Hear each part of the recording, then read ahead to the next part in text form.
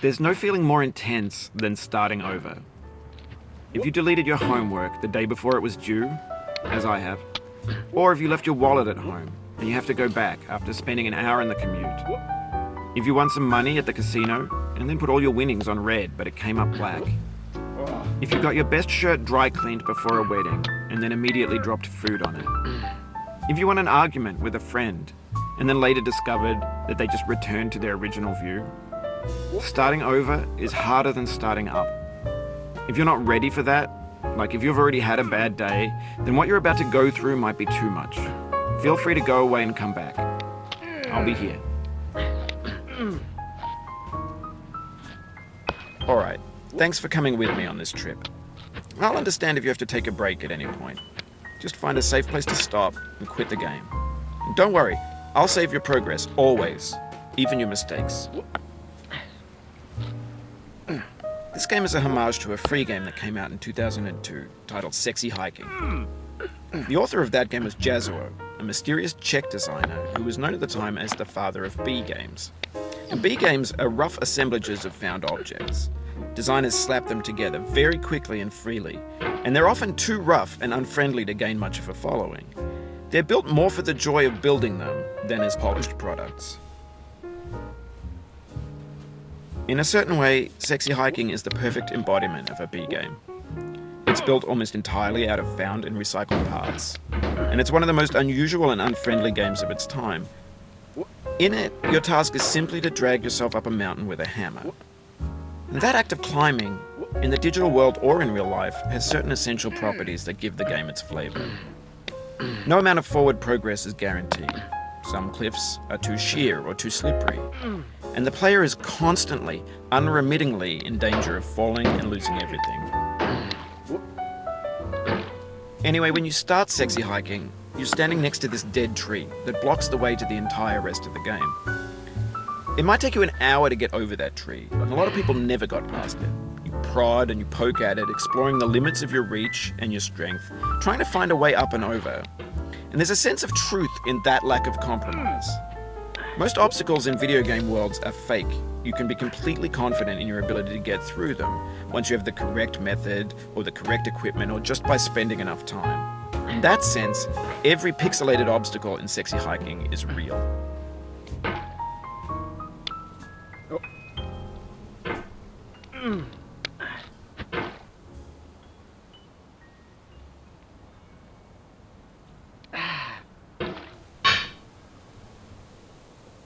The obstacles in Sexy Hiking are unyielding, and that makes the game uniquely frustrating. But I'm not sure Jazzuo intended to make a frustrating game. The frustration is just essential to the act of climbing, and it's authentic to the process of building a game about climbing. A funny thing happened to me as I was building this mountain. I'd have an idea for a new obstacle, and I'd build it, test it, and it would usually turn out to be unreasonably hard. But I couldn't bring myself to make it easier. It already felt like my inability to get past the new obstacle was my fault as a player rather than as a builder. Imaginary mountains build themselves from our efforts to climb them, and it's our repeated attempts to reach the summit that turns those mountains into something real. When you're building a video game world, you're building with ideas, and that can be like working with quickset cement. You mold your ideas into a certain shape that can be played with, and in the process of playing with them, they begin to harden and set until they're immutable, like rock. And at that point, you can't change the world, not without breaking it into pieces and starting fresh with new ideas.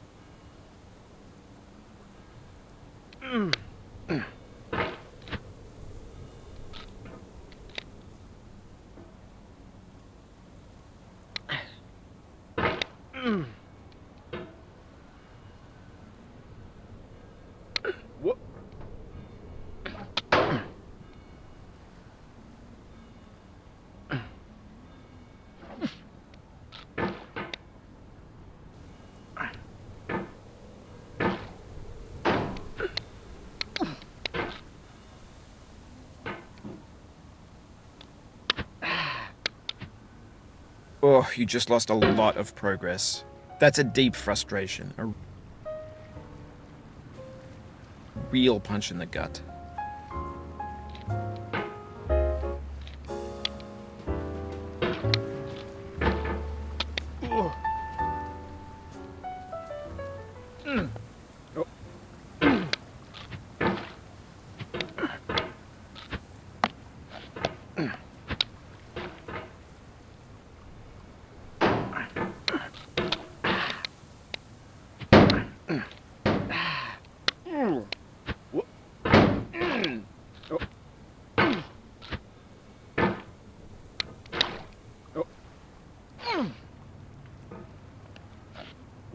Oof, sorry about that.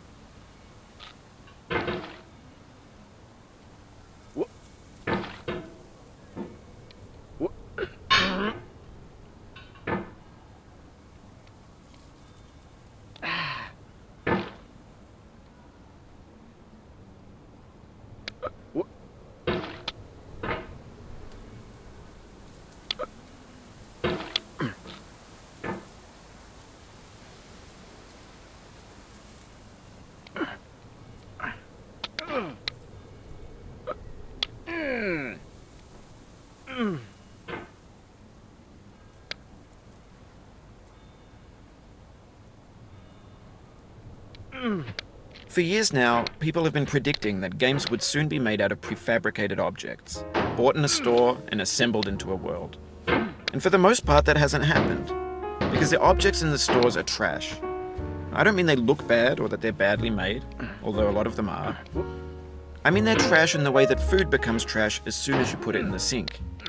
Things are made to be consumed and used in a certain context, and once the moment is gone, they transform into garbage. In the context of technology, those moments pass by in seconds.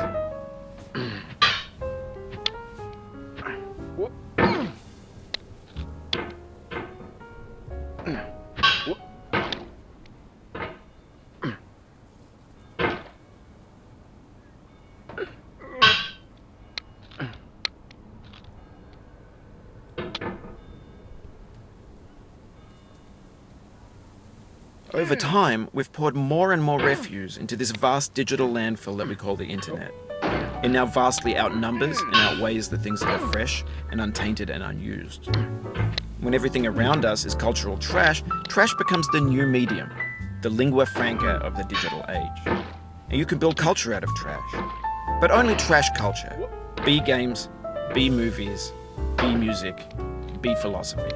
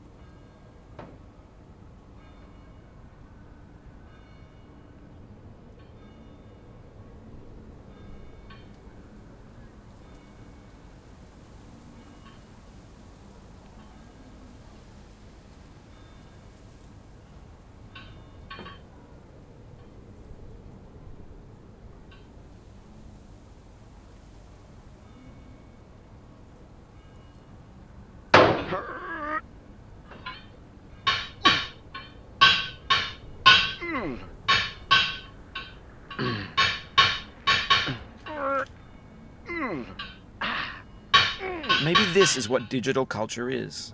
A monstrous mountain of trash, the ash heap of creativity's fountain. A landfill with everything we ever thought of in it. Grand, infinite, and unsorted. There's 3D models of breakfast, Gen X's fanfic novels, scan magazines, green screen Shia LaBeouf, banned snuff scenes on LiveLeak,